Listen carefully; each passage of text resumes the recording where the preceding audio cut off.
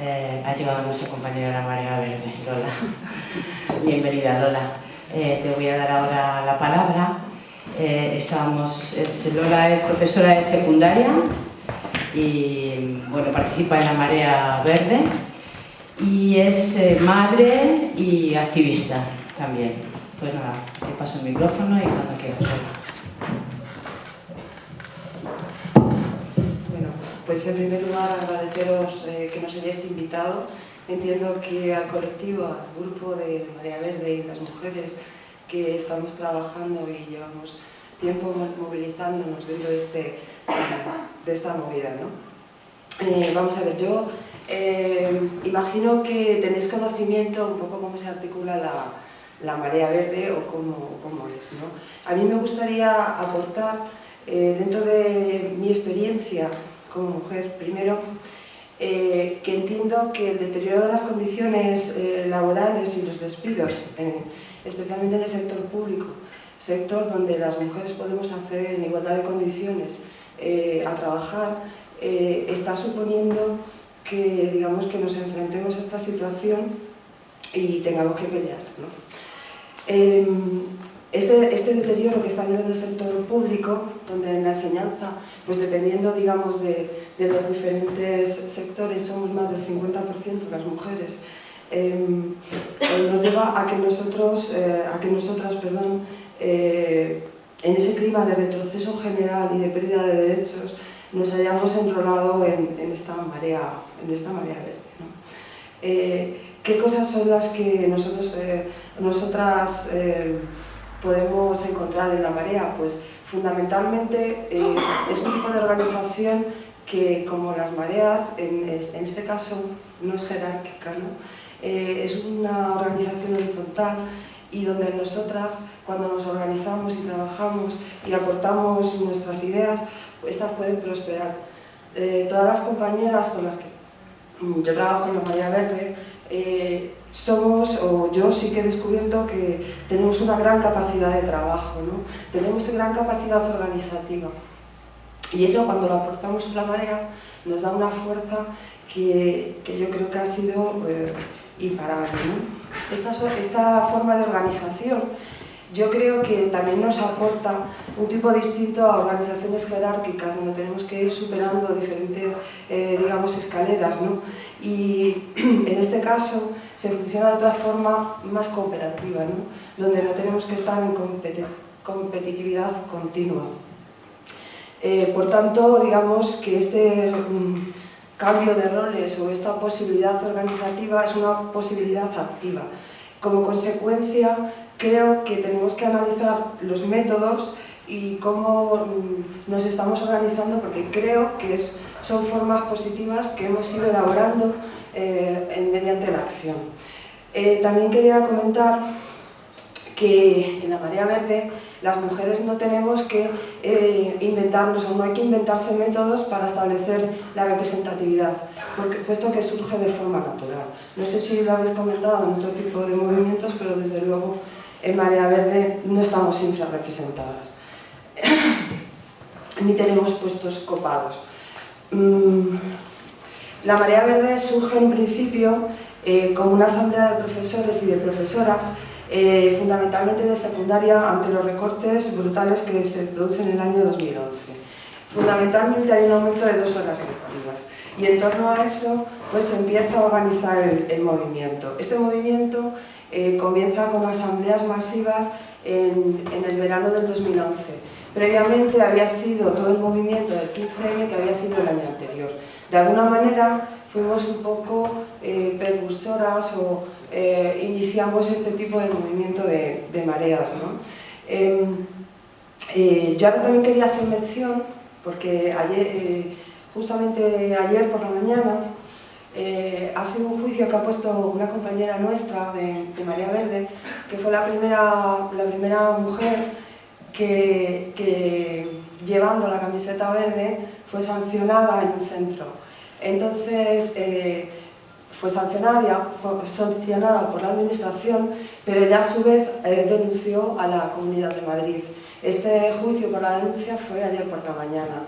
Es paradigmático, ¿no?, que bueno, una mujer enfrentándose a toda la administración, bueno, pues se ha convertido también en el símbolo de la marea, ¿no?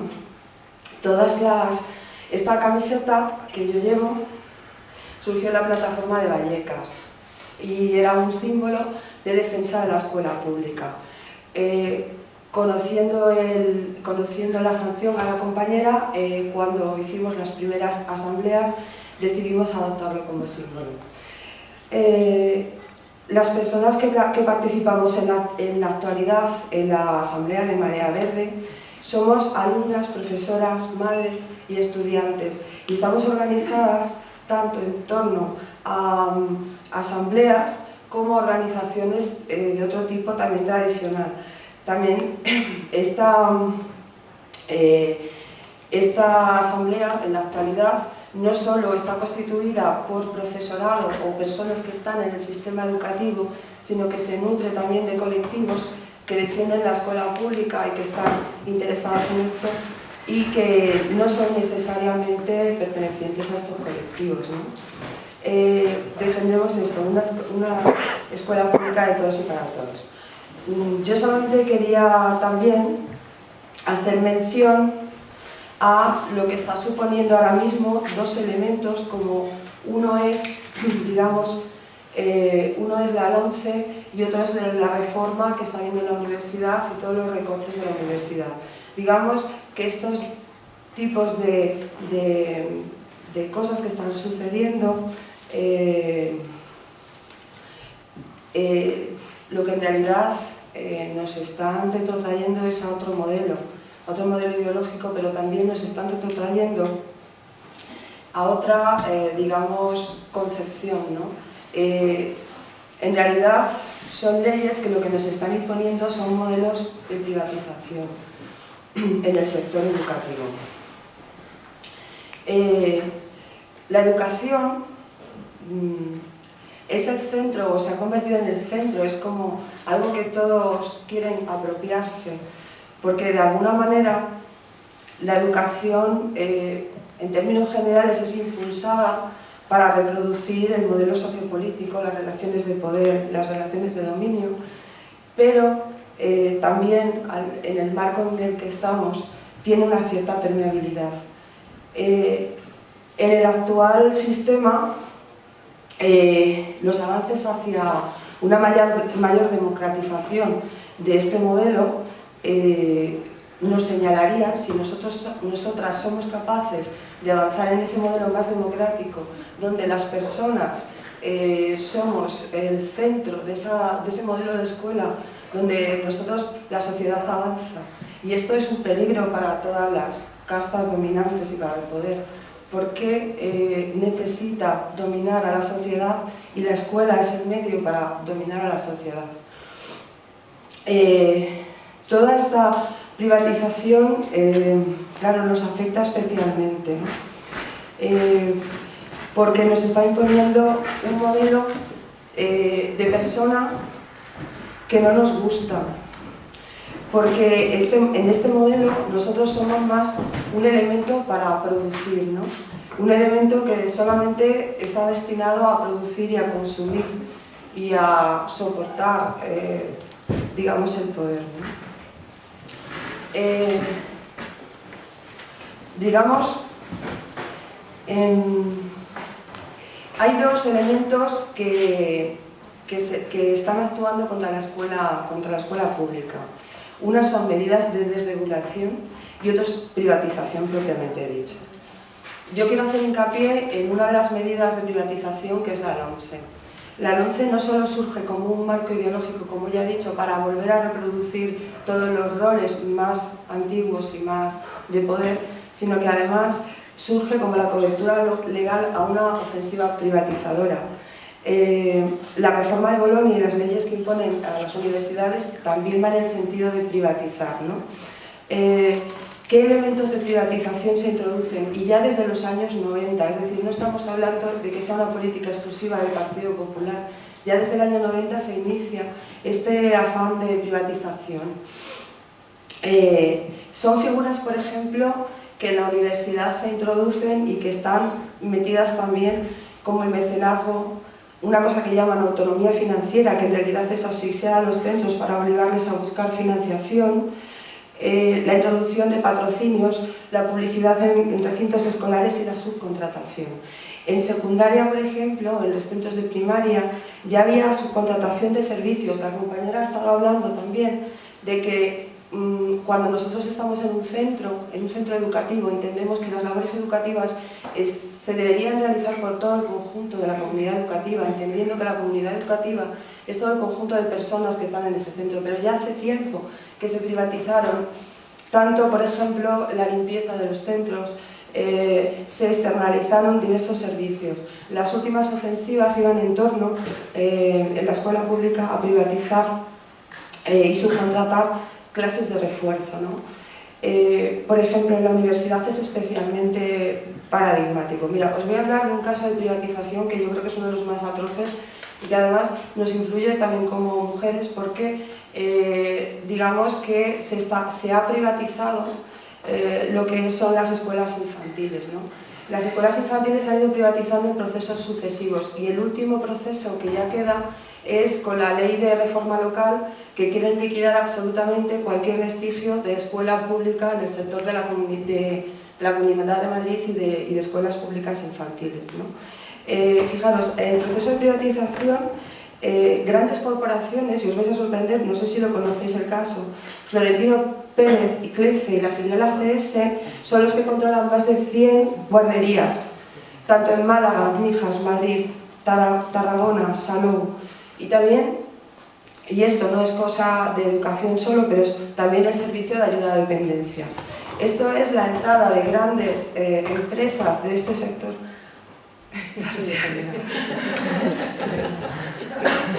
Pues cuidados. Gracias.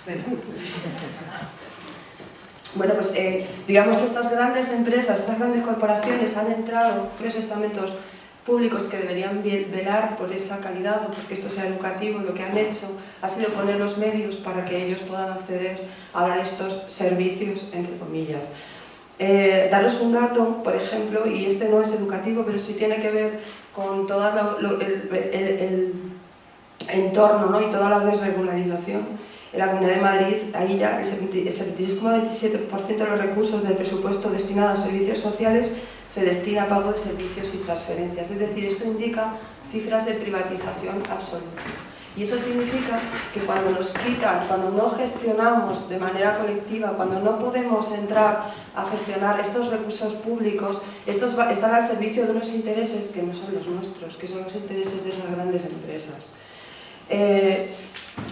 Esto, de verdad, la liquidación de las escuelas infantiles, la LOMCE vuelve otra vez a liquidarlas, porque justamente en la etapa de 0 a 3 años, lo que hace es que ya la LOMCE considera que no es una etapa que forma parte del sistema educativo, sino que es una etapa, digamos, no asistencial, pero sí de cuidado, que no tiene un fin educativo en sí mismo, ¿no? No lo hace formar parte de todo el sistema educativo.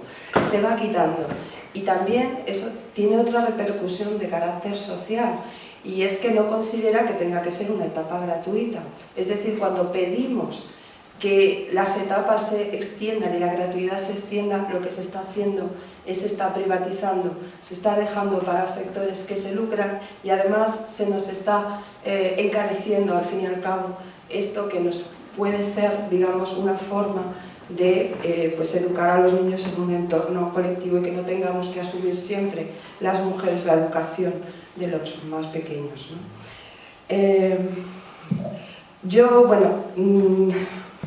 Estamos viviendo en las escuelas situaciones de una violencia extrema, ¿no? Las situaciones de pobreza las estamos viendo a diario, los vamos detectando, pero de una manera muy solapada. Se detecta ya un aumento de la población adolescente de 17 a 15 años que sufre violencia de género y hay un aumento de las denuncias por maltrato. Toda esta situación se vuelca en las escuelas, cada vez con menos medios, menos recursos y con más problemas. Volver a decir que esta crisis, que es una gran estafa, que está sirviendo para imponernos unas condiciones de vida y unas condiciones en la educación pública estamos respondiendo de forma colectiva, estamos respondiendo creando alternativas. Voy a decir un ejemplo, que es, por ejemplo, que desde Marea Verde se están creando en la página web textos verdes, textos alternativos.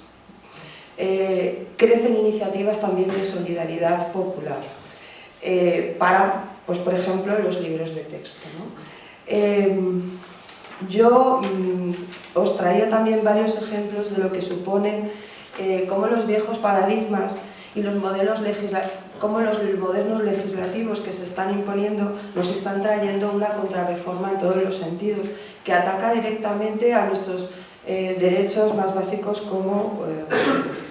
La LOMCE no solamente tiene este afán privatizador, sino que además ha sido impulsada por la patronal educativa y ha sido impulsada por la Conferencia Episcopal, por los sectores que son más rancios en este país y que lógicamente en su ideología dista mucho de considerar a las mujeres como sujetos de derechos, ¿no?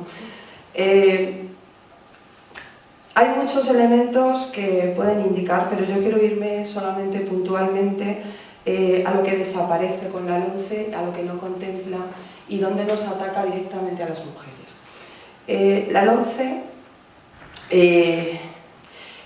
va a dar a los directores la capacidad para poder subcontratar y dar carta libre para un porcentaje de contratación a dedo. Con lo cual tenemos elementos de privatización de la gestión pública. Todas sabemos cómo es la contratación en el sector privado y a qué nos está llevando de diferencias salariales y de diferencias y de abusos excesivos. Pues esto va a entrar en el sector público vía LOMCE. La LOMCE introduce la religión en el currículum y compite con asignaturas que van a dejar, es decir, dices, eliges o religión, tecnología, dibujo, música, por ejemplo, es decir, lo que son las artes, la tecnología, que dejan de ser asignaturas troncales, pero la religión forma parte de esa especie de elección, ¿no? Obviamente introduce otra cosa que es que elimina también del currículum una cosa que estaba en la educación para la ciudadanía, y es que en la educación para la ciudadanía se hacía especial mención en el currículum a que tenía que considerar también la igualdad de derechos de hombres y mujeres. Esto les ha debido resultar atroz y entonces se ha eliminado de un plumazo. No existe, es decir, no existe. Fijaros, hasta tal punto la LOMCE ha dejado claros en su principio de redacción que el desarrollo de la igualdad entre hombres y mujeres lo deja en el marco de actuación de la escuela como formación de valores, es decir, lo sitúa en un marco teórico y lo sitúa en la escuela como un lugar donde eso se habla, digamos, pero no lo sitúa en la vida. El cambio de redacción es que dice el desarrollo en la escuela de los valores que fomenten la igualdad entre hombres y mujeres. Ha habido un ligero cambio de matiz que nos está retrotrayendo, digamos, a otra forma de considerar, porque el texto original decía que la ley educativa tenía que desarrollar el desarrollo de igualdad de derechos y oportunidades y el fomento de la igualdad efectiva entre hombres y mujeres. Bueno, son textos limitados, es decir, no hablamos de que la escuela, en fin.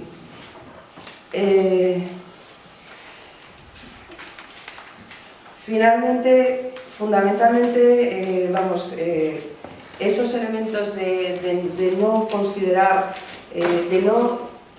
como parte del currículum, como parte importante esto, es una cosa que está dinamitando, ¿no? la LOMCE.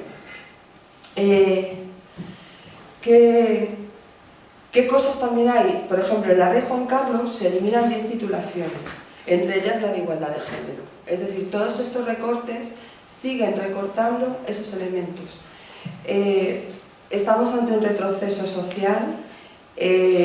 La FAES dice que el incremento de los niveles educativos, la emancipación de la mujer y la longevidad ponen en riesgo el estado del bienestar. y esto está dicho por una gran estudiosa. Pero, sin embargo, a pesar de todo esto, solamente quiero mencionar el aumento de la conciencia, la solidaridad, el activismo y la movilización. Señalar que nuestras alumnas son cada vez más conscientes, también nuestros alumnos, de sus derechos. También vemos cómo despierta con fuerza el movimiento estudiantil. También deciros que el viernes hay una concentración contra el machismo en las aulas que convoca el colectivo de estudiantes de Madrid.